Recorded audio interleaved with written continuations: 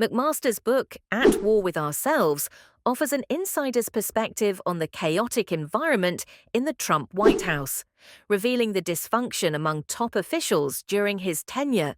McMaster was determined to tell Trump what he didn't want to hear, leading to his brief tenure as National Security Advisor, lasting just over a year.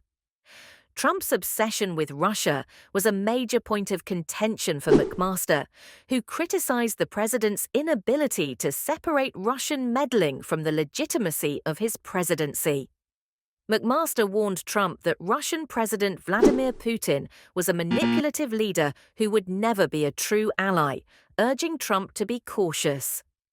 McMaster portrays Steve Bannon, Trump's former chief strategist, as a fawning court jester who fueled Trump's sense of grievance and paranoia against his perceived enemies.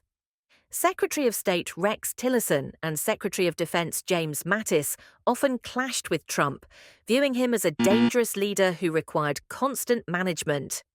McMaster and Trump disagreed on key foreign policy issues, including the value of American allies, the threat of authoritarian regimes, and the future of Afghanistan.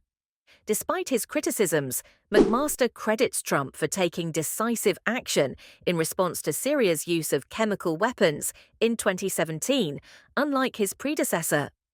McMaster acknowledges that Trump's tougher stance on China was a positive shift in U.S. foreign policy, addressing China's growing military and economic power. The January 6, 2021 Capitol assault marked a decisive break between McMaster and Trump, leading McMaster to condemn Trump's actions as a betrayal of his oath. McMaster criticizes Trump for abandoning his duty to defend the Constitution after his 2020 electoral defeat, which he argues stained the U.S.'s global image.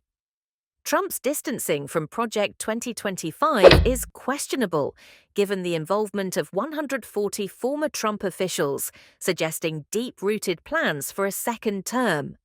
McMaster's book provides a detailed account of Trump's foreign policy decisions, highlighting the challenges of advising a president who resisted critical advice.